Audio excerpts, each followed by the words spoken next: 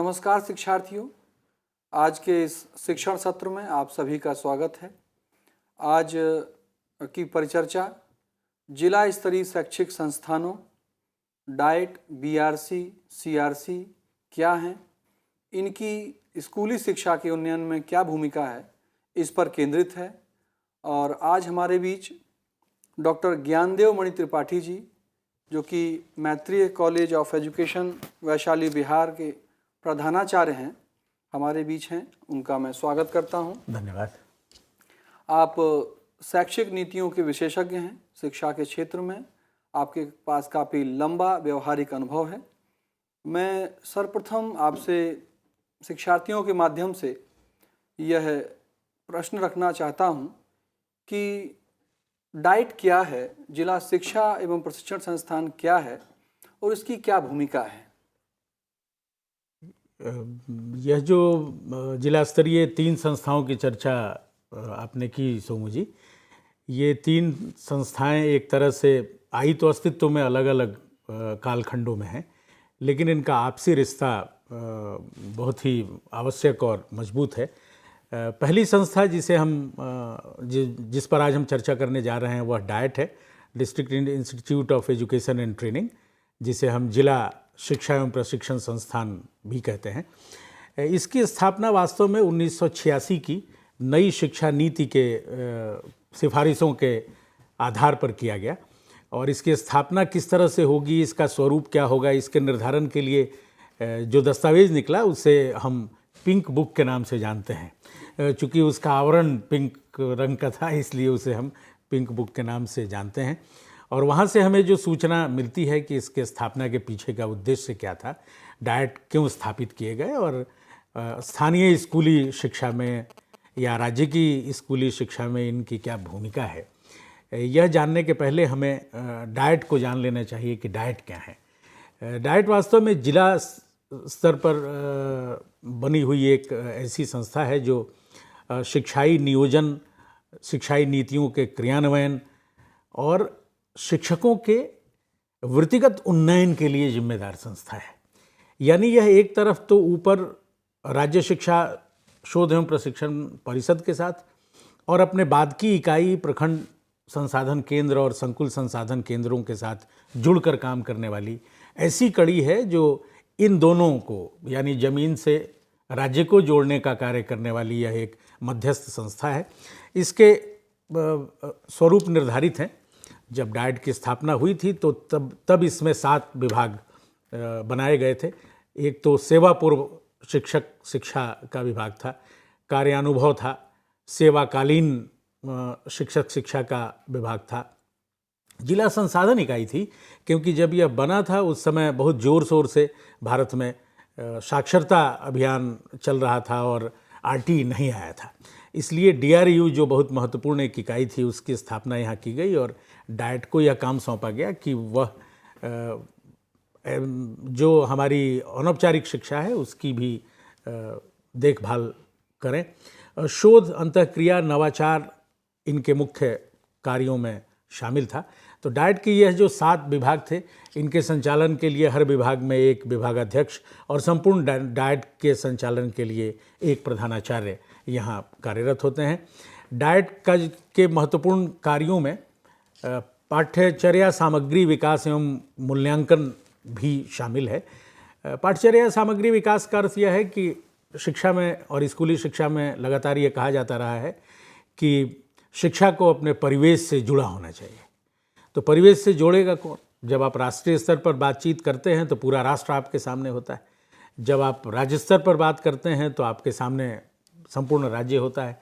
तो एक ऐसी छोटी इकाई जहाँ से स्थानीय परिवेश को पहचानने में सुविधा हो, उस हिसाब से डाइट को यह भूमिका दी गई कि वे स्थानीय स्तर को ध्यान में रखते हुए, वहाँ के परिवेश को ध्यान में रखते हुए जो निर्धारित पाठ्यचर्या की रूपरेखा या पाठ्यक्रम या पाठ्यपुस्तकें हैं उसको और मजबूती देने के लिए या उसको और प्रभावकारी ढंग से लागू करने के लिए, कक्षाओं में उसको उतारने के लिए स्थानीय सामग्रियों का विकास किया जाए। यह एक महत्वपूर्ण काम है जो डाइट करता है। यानी डाइट स्थानीय स्तर पर ऐसी सामग्रियों के विकास के लिए भी जिम्मेदार है जो वहाँ के बच्चों की शिक्षा को बेहतर करने में सहायक हो या वहाँ के शिक्षकों की सहायता कर सके बच्चों के पठन पाठन में, अध्ययन अध्यापन को मजबूती देने में। डाइट की एक महत्वपूर्ण भूमिका यह भी है कि वह अपने शिक्षाई समस्याओं के क्षेत्र की पहचान करें। वे कौन से क्षेत्र हैं जहां हमारा जिला किसी न किसी शिक्षाई समस्या से ग्रस्त है, क्योंकि जिला ही वह ऐसी इकाई है जहां आके स्कूल या संकुल अपनी पहचान कायम रख सकते हैं। राज्य तक पहुंचते पहुंचते तो एक स्कूल एक आंकड़ा हो जाता है, वो अपनी पहचान, नाम गुम जाएगा जैसा हो जाता है। तो ऐसी स्थिति में जिला पर ही उन स्कूलों की पहचान की जा सकती है, उन स्कूलों की समस्याओं को जाना जा सकता है। क्योंकि राज्य स्तर पर जब हम देखते हैं तो यह कहते हैं कि भवनहीन विद्यालयों की संख्या इतनी, एक शिक्षकीय विद्यालयों की संख्या इतनी, तो विद्यालय संख्या हो जाता है। लेकिन जब आप डाइट पर उसकी पड़ताल करते हैं या डाइट जैसी संस्थाएं हमारे पास होती हैं तो हम ये जान पाते हैं कि अमुक विद्यालय जहां हमें अभी कुछ कमरों के निर्माण की ज़रूरत है, जहां हमारे पास शुद्ध पेयजल उपलब्ध नहीं है। तो यह जो पहचान है संस्थाओं की, इसे कायम रखना भी डाइट की एक महत्वपूर्ण भूमिका है। और एक कार्य जो इधर डाइट ने बड़ी ही मजबूती के साथ लगभग पूरे देश में किया है, वह है शिक्षकों के साथ मिलकर क्रियात्मक शोध का संचालन। अभी तक हम ये मानते थे कि जो भी शिक्षा की समस्या है या कक्षाओं की समस्या है, इसका समाधान तो सब बाहर से ही आ सकता है। लेकिन डाइट की स्थापना के बाद यह मन बना एक तरह से कि जो शिक्षाई समस्याएं हमारी हैं, स्थानीय समस्याएं हैं, उनके समाधान करने के लिए भी हम अपने शिक्षकों को तैयार करें। और क्रियात्मक शोध वास्तव में अपने एक बदले हुए रूप में डाइट ने प्रस्तुत किया। जो अकादमिक विमर्श वाला एक्शन रिसर्च या क्रियात्मक शोध था, उसका एक कार्यकारी रूप कि कैसे कार्य रूप में परिणित करें। एक तरह से डाइट ने यह तय किया कि हमारे लिए तो क्रियात्मक शोध वही है जो समस्याओं की पहचान, समस्याओं के कारणों से जान पहचान और समस्याओं के समाधान तक पहुंचता है। यानी यदि समस्याओं का समाधान नहीं हम कर पाते तो फिर उनके लिए वैसे क्रियात्मक शोध का कोई निश्चित रूप से है, क्योंकि हमारा प्रैक्टिशनर तो शिक्षक है, बिल्कुल उस समस्या को फेस कर रहा है, बिल्कुल वही ये कारण अच्छे से खोज पाएगा कि आखिर यही बच्चा क्यों विद्यालय लेट आता है। बिल्कुल बिल्कुल। तो उसे लेस करना, बिल्कुल खोजने में और उसकी समस्या के समाधान में, दोनों में। हाँ, तो ये जो छोटी छोटी समस्याएं पठन पाठन की भी हैं, उनको भी ध्यान में रखते हुए अब शून्य की अवधारणा आपको कक्षा 3 या 4 में जैसे देनी हो तो बहुत ही कठिन काम होता है ये किसी भी स्तर के लिए कि बच्चों तक शून्य को कैसे पहुंचाएं। अब शून्य तक पहुंचाने के लिए कुछ शिक्षकों ने हो सकता है क्रियात्मक शोध किया, उसमें सफलता मिली, तो आपसी चर्चा के माध्यम से भी ये बात निकल के आ सकती है कि हमारे क्षेत्र विशेष में शून्य की अवधारणा यदि बच्चों तक पहुंचानी है तो हमारे पास एक विधि यह भी है। तो जिला स्तर पर ऐसे क्रियात्मक शोधों का आपसी आदान प्रदान करना भी डाइट की एक महत्वपूर्ण भूमिका में शामिल है। शिक्षा में समय समय पर बदलाव होते रहते हैं। अब मान लीजिए कि राष्ट्रीय पाठचर्या की रूपरेखा 2000 के बाद 2005 आई और उसके आधार पर एक बड़ा परिवर्तन दिखाई देने लगा जब हम यह चर्चा करने लगे कि शिक्षा को या पढ़ाई लिखाई को स्कूल की परिधि के बाहर भी ले जाओ, ज्ञान को बाहरी दुनिया से जोड़ो। ऐसी स्थिति में डाइट के लिए यह महत्वपूर्ण हो गया कि ज्ञान को बाहरी दुनिया से जोड़ने का जो व्याख्याकार है, जो उसकी व्याख्या करने वाला है जिला स्तर पर, वो डाइट ही है। यह जानकारी यह देना शिक्षकों को कि ज्ञान को बाहरी दुनिया से जोड़ने का क्या मतलब है, या शिक्षकों का यह मन बनाना कि बच्चे सिर्फ विद्यालय में नहीं सीखते। ऐसा नहीं है कि हम पहले ये नहीं मानते थे, लेकिन यह स्वर थोड़ा और तेज हुआ जब हमने यह कहना शुरू किया कि बच्चे सिर्फ 6 घंटे में विद्यालय में नहीं सीखते, बल्कि सीखने के विविध अवसर हैं जहाँ बच्चे सीखते रहते हैं और समाज में इनके लिए बेहतर अवसर हो सकते हैं सीखने के। तो ज्ञान को बाहरी दुनिया से जोड़ने का मतलब यह है कि आप अपने दरवाजे को इस तरह से खोल के रखिए ताकि आपके आसपास जो पसरा हुआ देशज ज्ञान है वह भी आपके भीतर प्रवेश कर सके और आ सके, ताकि हम मान सकें कि यह जो बाहर की दुनिया है इसमें भी ज्ञान के कुछ तत्व हैं। यानी हमने जो काम की दुनिया का ज्ञान था उसको बिल्कुल अलग कर दिया। तो डाइट की एक भूमिका यह भी मेरी दृष्टि में है कि वहाँ स्थानीय स्तर पर जो काम की दुनिया से उपजा हुआ ज्ञान है, उस ज्ञान को आप ज्ञान के सृजन के दायरे में शामिल करें। और वो कैसे शामिल किया जा सकता है, यह स्थानीय स्तर पर डाइट ही कर सकता है। तो यह एक महत्वपूर्ण भूमिका है डाइट की। साथ ही साथ आपको याद होगा कि टीएलएम का एक बड़ा दौर चला है, जब हम लोग काफ़ी चर्चा का विषय प्राथमिक शिक्षकों में रहा है। तो यह जो टीएलएम का, टीचिंग लर्निंग मटेरियल का, शैक्षिक सहायक सामग्रियों के निर्माण का, हालांकि हम लोग प्रशिक्षणों में, अध्यापक शिक्षा में इस बात की चर्चा करते हैं और आवश्यक भी समझते हैं, जब विशेष करके जब शिक्षण अभ्यास के लिए हमारे प्रशिक्षु जाते हैं। तो ऐसी स्थिति में यह जो विविध तरह की सामग्रियों का, शैक्षिक सामग्रियों का विकास करना था, वह डाइट की एक महत्वपूर्ण भूमिका थी, जिसमें केवल टीएलएम मेला लगा देना नहीं। मेरा अपना व्यक्तिगत अनुभव है कि एक डाइट में मुझे यह बताया गया कि एक बहुत ही बढ़िया मॉडल रखा हुआ था और मुझे लगा कि नहीं, इसे तो पुरस्कृत होना चाहिए। तो मुझे वहाँ के एक संकाय ने कहा कि सर, लेकिन इसको देखने से लगता है कि यह अभी बनाया गया है। तो मैंने कहा हाँ, लग तो रहा है कि अभी बनाया गया है। तो हमारे लिए टीएलएम वह नहीं है जो ताज़ा हो बिल्कुल। हमारे लिए टीएलएम वह है जिसका उपयोग किया गया हो। जो उपयोग में नहीं आया उसको थोड़ी परेशानी हमको होती है कि मतलब शिक्षण अधिगम सामग्री माने या न माने। तो मैंने उनको कहा कि हो सकता है उसकी प्रति छवि हो, आप मान लीजिए। लेकिन डाइट ने इस स्तर पर भी इस तरह के नज़रिए के साथ भी काम किया कि यदि चीज़ें बन रही हैं तो उनका प्रयोग हो रहा है कि नहीं। और टीएलएम केवल इसलिए नहीं बना देना है कि टीएलएम बनाना है, टीएलएम प्रभावकारी कैसे होगा, ये चर्चा का विषय रहा है। और डाइट में ऐसा किया जाना चाहिए। डाइट सिर्फ टीएलएम बनाने की एक फैक्ट्री नहीं है जहाँ टीएलएम उत्पादित कर दिया जाए, बल्कि वास्तव में डाइट तो टीएलएम निर्माण या विकास या उसकी ज़रूरत को चिन्हित करने के लायक हमारे शिक्षकों को बना सके, यह उसकी महत्वपूर्ण भूमिका है। अब मान लीजिए कि आप पढ़ा रहे हैं खैबर दर्रे से बाबर का इस देश में आना, और नक्शा आपने ऐसा टांग रखा है जिसमें खैबर दर्रा का दर्शन ही नहीं होना है। तो ऐसा नक्शा क्यों टांगना है भाई, ऐसा टीएलएम क्यों रखना है? तो इस तरह के बचाव वाले नज़रिए भी जो हैं वो डाइट को करने चाहिए और अपने शिक्षकों तक ले जाने चाहिए, जिससे शिक्षक दृष्टि संपन्न बने और उनको एक नए नज़रिए से अपनी कक्षाओं में जाने का मौका मिले। निश्चित रूप से ये जो डाइट अपने आप में एक बहुत बड़ा संसाधन केंद्र है, जो एक नई दृष्टि से उनको आलोकित करता है शिक्षकों को।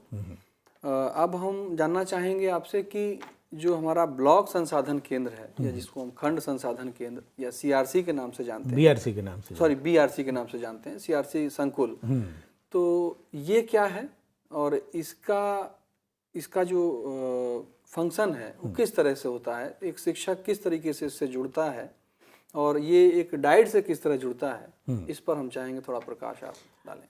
अब डाइट के बाद यह जो दूसरी संस्था जिस पर हम लोग अभी चर्चा करने जा रहे हैं वह बीआरसी या ब्लॉक रिसोर्स सेंटर है, जिसे हम खंड संसाधन केंद्र या कुछ राज्यों में प्रखंड संसाधन केंद्र भी कहते हैं। समय के हिसाब से यदि हम देखें इन शैक्षिक संस्थाओं के विकास को 1 मिनट में हम इस तरह से समझने की कोशिश करें तो आप देखेंगे कि जहां एनसीईआरटी 1961 में अस्तित्व में आया, वहीं हमारी एससीईआरटीज 1979 में अस्तित्व में आई, 80 के 1 साल पहले।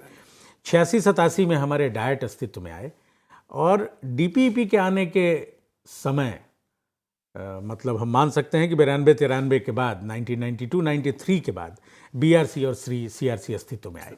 तो जैसे जैसे हमारा फोकस स्कूली शिक्षा की तरफ बढ़ता गया, क्योंकि यह भी हमें याद रखना चाहिए कि आज़ादी के तुरंत बाद हमने सबसे पहले विश्वविद्यालयों की चिंता की, इसलिए राधाकृष्णन आयोग बना, फिर हम उच्च विद्यालयों की तरफ गए जब मुदालियार आयोग बना, और अंत में जाके संपूर्ण शिक्षा को जानने के लिए कोठारी आयोग का गठन किया गया था। तो वैसे में स्कूली शिक्षा की तरफ यह जो समय है, जो दौर है, यशपाल कमेटी का गठन होता है, शिक्षा बिना बोझ के की रिपोर्ट प्रकाशित होती है। और विश्व बैंक संपोषित योजना जिला प्राथमिक शिक्षा कार्यक्रम देश के कई राज्यों में, विशेष करके जो शैक्षिक रूप से स्कूली शिक्षा में पिछड़े हुए राज्य हैं थे, वहाँ शुरू किया गया।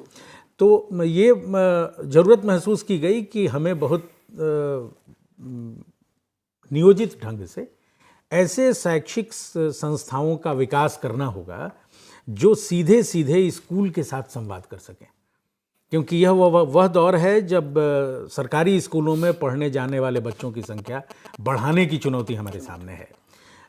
यह मैं उस दौर की बात कर रहा हूँ जब आरटी अभी तक स्थान नहीं पा सका था भारतीय संविधान में, लेकिन चर्चाओं के केंद्र में था, क्योंकि माननीय सर्वोच्च न्यायालय ने इसका निर्णय कर ही दिया था कि बेहतर जीवन के लिए शिक्षा आवश्यक है। तो ब्लॉक रिसोर्स सेंटर, डाइट और सीआरसी ये आए तो अलग अलग कालखंड में भले ही थे, लेकिन इन सब के सामने वो स्थानीय शिक्षाई चुनौतियां थीं जिनके समाधान के लिए इनका गठन किया गया। बीआरसी की स्थापना जो हमारे विद्यालय के शिक्षक हैं उनको शैक्षिक मार्गदर्शन और सहयोग देने के लिए किया गया। एक प्रखंड में जितने भी प्राथमिक और मध्य विद्यालय हैं, जिन्हें अब आप समेकित रूप से प्रारंभिक विद्यालय कह सकते हैं, यानी कक्षा 1 से कक्षा 8 तक की पढ़ाई जिन विद्यालयों में होती है, इनमें कार्यरत सभी शिक्षक बीआरसी के सीधे सदस्य होते हैं। उनको किसी वाया मीडिया की ज़रूरत नहीं है। और आमतौर पर एक प्रखंड में 100 या 150, 125 गांव हैं और हर गांव में एक स्कूल है, तो समझ लीजिए कि इतने स्कूलों के शिक्षक और एक शिक्षा विभाग के जो खंड या प्रखंड स्तरीय पदाधिकारी होते हैं वो इसके समन्वयक होते हैं, जिन्हें हम लोग खंड या प्रखंड संसाधन केंद्र समन्वय कहते हैं। हर ब्लॉक रिसोर्स सेंटर पर कम से कम 3 अलग अलग विषयों के, भाषा विज्ञान और गणित और समाज विज्ञान के विशेषज्ञों का होना आवश्यक माना जाता है, क्योंकि यदि आप किसी तरह का अकादमिक सहयोग अपने शिक्षकों को देना चाहते हैं तो आपके पास उस तरह की सुविधाएं भी होनी चाहिए। तो बीआरसी में ये 3 लोग रहने चाहिए ताकि स्थानीय शिक्षकों को इन 3 विभिन्न विषयों में यदि किसी तरह की आवश्यकता होती है तो वो इनकी मदद कर सकें। हालांकि बीआरसी की स्थापना डीपीपी के समय हुई थी और उस समय इनके जिम्मे बहुत महत्वपूर्ण काम सौंपे गए थे। उस समय जो माइक्रो प्लानिंग का दौर चला था, सूक्ष्म नियोजन का या विलेज मैपिंग का, गांव में बैठकर योजनाएं बनाना, इसकी मॉनिटरिंग वास्तव में बीआरसी ने तब की थी। हालांकि जिला स्तर पर मुख्य रूप से जिम्मेदार संस्था डाइट ही थी, लेकिन प्रखंड स्तरों पर इस काम को ज़मीन तक ले जाने में बीआरसी की महत्वपूर्ण भूमिका थी। बीआरसी पर आने के बाद स्कूल और भी स्पष्ट रूप में खड़ा मिलेगा आपको। किस स्कूल में 4 दीवारी की ज़रूरत है, कहाँ अतिरिक्त वर्ग कक्ष चाहिए, कहाँ पेयजल की सुविधा नहीं है, कहाँ शौचालय नहीं है, कहाँ किस विषय के शिक्षक नहीं हैं। तो प्रखंड स्तर पर यह एक ऐसा केंद्र है जहाँ बैठकर हम अपने स्कूलों को और करीब से देख सकते हैं और उनकी समस्याओं को जान सकते हैं। ऐसे में जब भी एक प्रखंड के आंकड़ों का संकलन करना होता है तो हम बीआरसी की सहायता लेते हैं और बीआरसी तक सीआरसी के माध्यम से ही आंकड़े आते हैं, लेकिन बीआरसी पर उनका समेकन होता है और प्रखंड स्तरीय जो स्कूली शिक्षा का स्वरूप है वो निर्धारित किया जा सकता है। प्रखंड संसाधन केंद्र में सेवाकालीन प्रशिक्षण नियमित रूप से चलते रहते हैं। यह बीआरसी की एक बड़ी भूमिका है कि कोई भी सेवाकालीन प्रशिक्षण कहाँ चले, इस प्रश्न का पहला उत्तर होता है बीआरसी। तो बीआरसी में हमारे शिक्षकों के लिए जो सेवाकालीन प्रशिक्षण है, जो विषय आधारित हो सकते हैं, उत्प्रेरणा से संबंधित हो सकते हैं, नई योजनाओं से संबंधित हो सकते हैं, जो नए शैक्षिक विचार हैं उनसे संबंधित हो सकते हैं, तो इनका आवासीय आयोजन बीआरसी पर होता है। और बीआरसी की संरचना के भवन की संरचना ऐसी है कि वहाँ 40 लोग रात्रि विश्राम कर सकें और बैठने के लिए ऐसा कमरा हो कि आमने सामने बैठकर चर्चा कर सकें और एक माहौल, मतलब संवाद का एक माहौल बना सकें। देश के बहुत से ऐसे बीआरसी हैं जो बीआरसी स्तर पर कई तरह की पत्रिकाएं और शोध का काम अपने स्तर से करता है। अब डीएलएड के जो दूरस्थ माध्यम से या एनआईओएस के माध्यम से जो अभी डीएलएड का पाठ्यक्रम कर रहे हैं, जिन लोगों ने नामांकन कराया है, उनके लिए भी बीआरसी एक महत्वपूर्ण स्थान है। कई तरह की जो सामग्री, उनकी सहायक सामग्री होगी, यह वहाँ उपलब्ध हो सकती है। कई तरह की चर्चाएं वहाँ आयोजित की जा सकती हैं और इस प्रखंड स्तरीय संस्था को यदि चाहा जाए तो एक जीवंत संवाद का ऐसा केंद्र बनाया जा सकता है कि शिक्षकों के सेवाकालीन प्रशिक्षण में उठने वाली जो शंकाएं हैं, जो समस्याएं हैं, उसका समाधान हम वहाँ कर सकें। लिहाजा हम ये कह सकते हैं कि बीआरसी महज आंकड़ा जमा करने वाली एक संस्था नहीं है। बीआरसी एक शैक्षिक संस्था है, एक अकादमिक संस्था है, जो अपने प्रखंड स्तर पर अपने विद्यालयों को मजबूत अकादमिक अनुसमर्थन देने के लिए, मजबूत अकादमिक अनुसमर्थन देने का अर्थ यह है कि हमारे स्कूलों को जिस तरह की सहायता चाहिए वो सहायता हम दें। कई बार होता यह है कि जब हम ऊपर से नीचे की तरफ देखते हैं तो हम अपनी शर्तों पर विद्यालय को बदलना चाहते हैं, लेकिन प्रखंड विद्यालय की मांग और विद्यालय की शर्तों पर विद्यालय की मदद करने में सक्षम संस्था है। जबकि बड़े स्तर पर जो संस्थाएं हैं, एक तरह से उनकी समस्या भी है कि वहाँ जाकर देख पाना मुश्किल है, या देखेंगे भी तो सैंपल के आधार पर देख पाएंगे। और बीआरसी को यह सुविधा है कि वो अपने स्कूलों को देख ले, उसकी समस्याओं का दोनों ही स्तर पर समाधान करे, शिक्षाई स्तर पर भी और संरचनात्मक, जिसे हम कहते हैं शैक्षिक, अकादमिक और प्रशासनिक या संरचनात्मक, उसमें भी पहल करके बीआरसी हमारे स्कूलों को आगे बढ़ने में या उनके शैक्षिक उन्नयन में मददगार सिद्ध हो सकता है। यहाँ अभी जो कार्यक्रम चल रहे हैं, जैसे मध्याह्न भोजन है, उसकी मॉनिटरिंग की जिम्मेवारी भी बीआरसी को है और यह अपेक्षा की जाती है कि हर बीआरसी प्रखंड स्तर पर कम से कम प्रखंड स्तरीय ऐसे सहशैक्षिक गतिविधियों का आयोजन करे जिसमें उस प्रखंड के सभी विद्यालय भागीदार हो सकें, भाग ले सकें और बच्चों को सिर्फ कक्षाओं में नहीं, कक्षाओं के बाहर भी सीखने का मौका मिले। तो यह इनका एक बड़ा काम है। विभिन्न तरह के जो गैर सरकारी संगठन हैं, बीआरसी उनके साथ भी काम कर सकता है।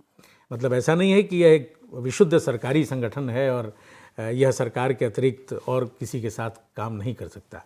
बीआरसी यदि इस तरह की कार्य योजना बनाता है, कोई भी बीआरसी, कि वह किसी गैर सरकारी संगठन के साथ या स्वयं सहायता समूह के साथ या स्थानीय किसी संगठन के साथ मिलके वहाँ के किसी विद्यालय में या वहाँ के कुछ विद्यालयों में या वहाँ के सभी विद्यालयों में कोई गतिविधि चलाना चाहता है, तो इस पर कोई रोक नहीं है।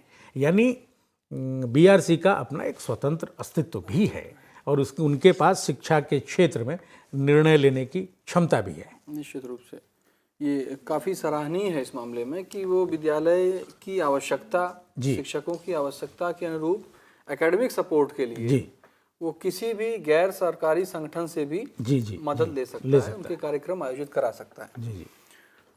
अब हम अगली कड़ी में जो हमारे संकुल संसाधन केंद्र हैं उस पर चर्चा करना चाहेंगे कि संकुल संसाधन केंद्र किस तरह फंक्शनिंग कर रहे हैं, ये क्या है, इनकी क्या भूमिका है स्कूली शिक्षा में। अब हम नीचे से ऊपर की ओर चलें तो जो सबसे छोटी इकाई है हमारी और सबसे महत्वपूर्ण इकाई है, यह पूरी संरचना जिसे प्रभावित करना चाहती है या जो हमारी चिंता के केंद्र में है, वो हमारे स्कूल हैं। हम परिवर्तन कहाँ देखना चाहते हैं, ये पूरी कवायद जो है राष्ट्रीय, राजकीय और जिला स्तरीय, प्रखंड स्तरीय, वो इसलिए है कि हमारे स्कूल बेहतर हों, प्रभावकारी हों।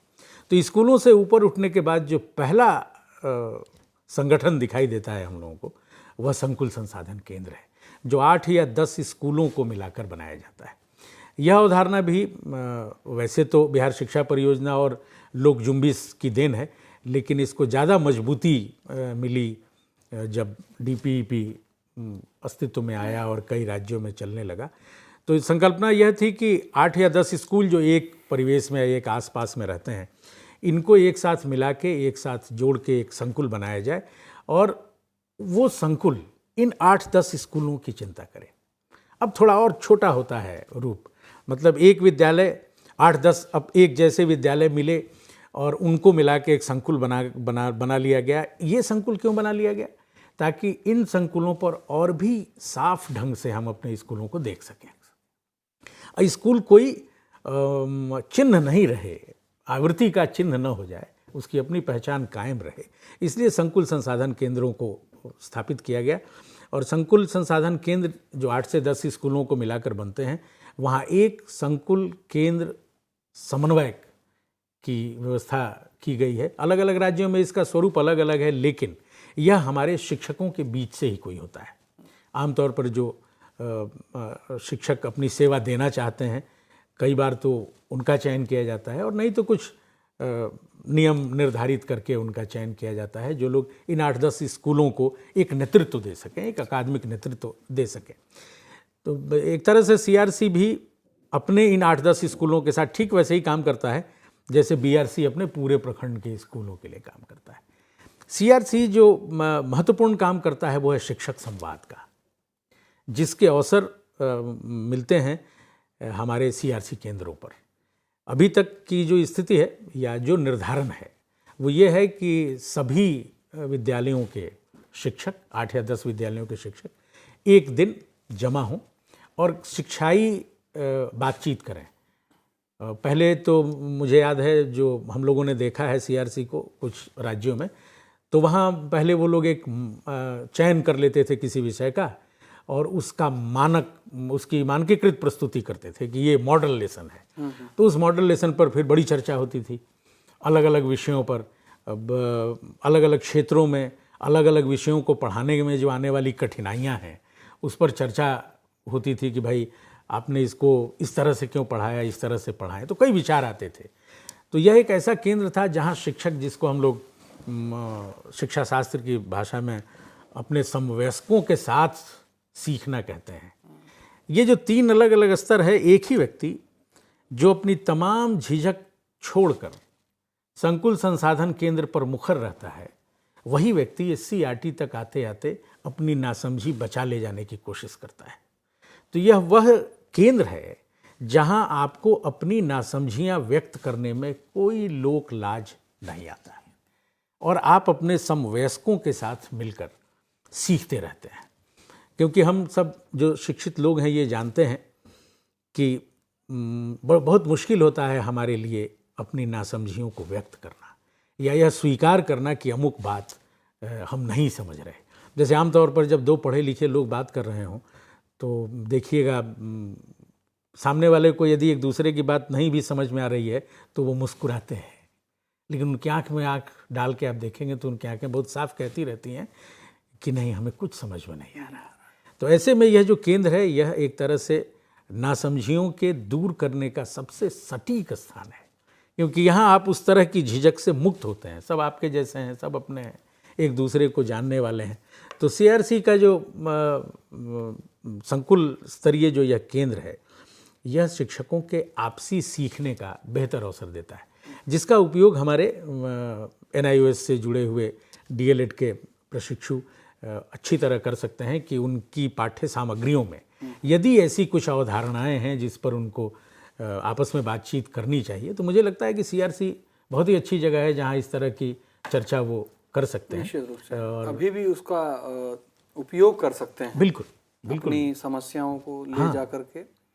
और मेरा ये मानना है व्यक्तिगत कि सीआरसी आप देखें कि आसानी से पहुंच में उपलब्ध, और आप ही से जो मिलने जुलने वाले शिक्षक हैं, भाई एक ही परिधि के हैं, नज़दीक के हैं, आपका आना जाना निकलना उनसे हो रहा है, उनके साथ आसानी से संवाद आप स्थापित कर पाते हैं, अपनी समस्याओं को बेझिझक कह पाते हैं। और जब आप समूह में चर्चा करते हैं तो समस्या का समाधान आसानी से निकल पाता है। और इससे बड़ा जो है थोड़ा उसका स्वरूप, जिसको आपने कहा BRC है, वहाँ बैठ करके भी आप चर्चा कर सकते हैं। वहाँ आवासीय प्रशिक्षण कार्यक्रम भी होते हैं। बिल्कुल। तो कहीं ना कहीं जो रिसोर्सेज की बात है, रिसोर्सेज कैसे टीचर्स तक पहुँचाएं, भारत सरकार ने अलग अलग ही चरण काल में उसको लाया, लेकिन एक पूरा अब विकेंद्रीकरण स्पष्ट रूप से दिखता है कि कैसे केंद्रीय स्तर से आपके इस विद्यालय के ठीक बगल तक पहुंचा। और वो सक्रिय है और उसमें सहभागिता दिख रही है शिक्षकों की। ये संस्थाएं, अच्छा आपने चर्चा की, अब एक बार आपसे जानना चाहेंगे कि इन तीनों संस्थाओं का आपस में समन्वय किस तरह से होता है। ये तो हमने स्पष्ट रूप से समझा कि एक शिक्षक कैसे पहुंचता है, वो शिक्षकों को कैसे सुविधा प्रदान कर रहे हैं, सहयोग प्रदान कर रहे हैं, लेकिन इन तीनों का आपस में समन्वय, ये तीनों दरअसल संस्थाएं एक तरह से जिसको टू वे ट्रैफिक वाली सड़क हम कहते हैं वो हैं। दोनों का आपसी रिश्ता इतना बढ़िया और अच्छा है कि अलग अलग करके यदि इन संस्थाओं को देखा जाए तो इनके अस्तित्व पर उतना प्रभावकारी अस्तित्व इनका नहीं दिखाई देगा। जैसे जो संकुल संसाधन केंद्र है वह वास्तव में, आप आंकड़ों की ही बात ले लें, सबसे शुद्ध आंकड़े आपको कहाँ मिलेंगे? स्कूल से छन कर आई हुई पहली जगह है संकुल, सीआरसी। तो सीआरसी पर आपको ये आंकड़े, आप एक शोधार्थी की हैसियत से देखिए तो सबसे बेहतर और अच्छे आंकड़े आपको संकुल पर मिल जाएंगे। संकुल से चल के ये प्रखंड पहुंचते हैं, प्रखंड से जिला जाते हैं, जिला से राज्य और राज्य से फिर केंद्र तक पहुंचते हैं। तो एक रास्ता यह है।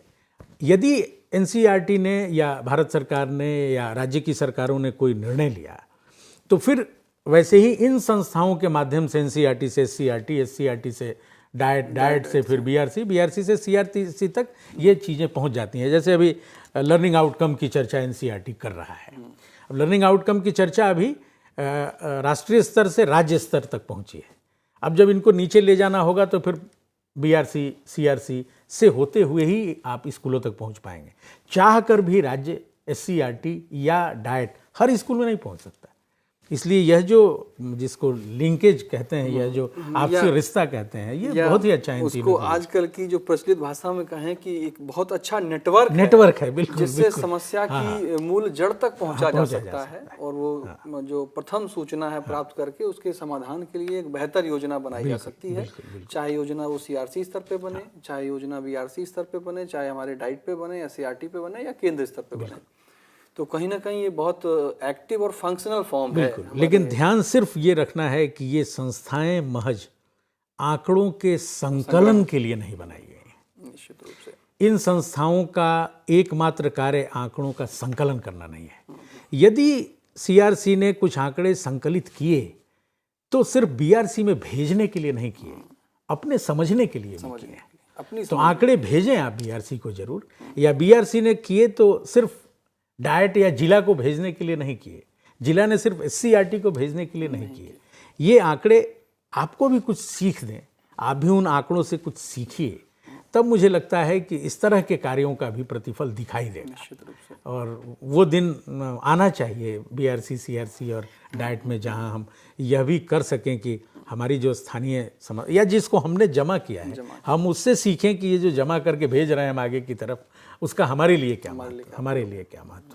और जो एक संवाद है चुप्पी की संस्कृति को तोड़ने के लिए के, उसमें संकुल संसाधन केंद्र अहम भूमिका अदा कर सकता है।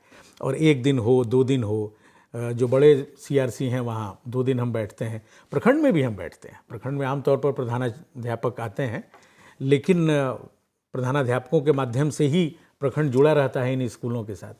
तो इन तीनों नहीं बल्कि केंद्र से लेके और स्कूल तक का जो एक पूरा आपने जो नेटवर्क कहा, वह जो नेटवर्क है वह शिक्षाई रूप से अपने कार्यों को अंजाम देने लगे, काम करने लगे, तो मुझे नहीं लगता है कि किसी विद्यालय के शिक्षक को यह समझाने में आपको परेशानी होगी कि परीक्षा में लचीलापन क्यों लाना है या ज्ञान को बाहरी दुनिया से क्यों जोड़ना है। निश्चित रूप से आपने बहुत बेहतर तरीके से समझाया कि ये हमारी संस्थाएं डाइट, बीआरसी, सीआरसी किस तरह अस्तित्व में आई और किस तरह उन्होंने कार्य करना शुरू किया और आज उनके कार्य किस रूप में उपलब्धियों में की ओर ले गए हमें। हमारे शिक्षार्थी भी इस बात को बेहतर तरीके से समझ पाए, स्पष्ट रूप से समझ पाए कि उनकी क्या भूमिका है सीआरसी में और सीआरसी से वो किस तरह लाभान्वित हो सकते हैं, इसको भी वो भविष्य में तलाश सकते हैं। बिल्कुल। आज की इस परिचर्चा में आपके इस ज्ञानवर्धक सत्र के लिए डॉक्टर ज्ञानदेवमणि त्रिपाठी जी का बहुत बहुत धन्यवाद। आपने बहुत स्पष्ट रूप से चर्चा में तथ्यों को रखा, समझाया। धन्यवाद।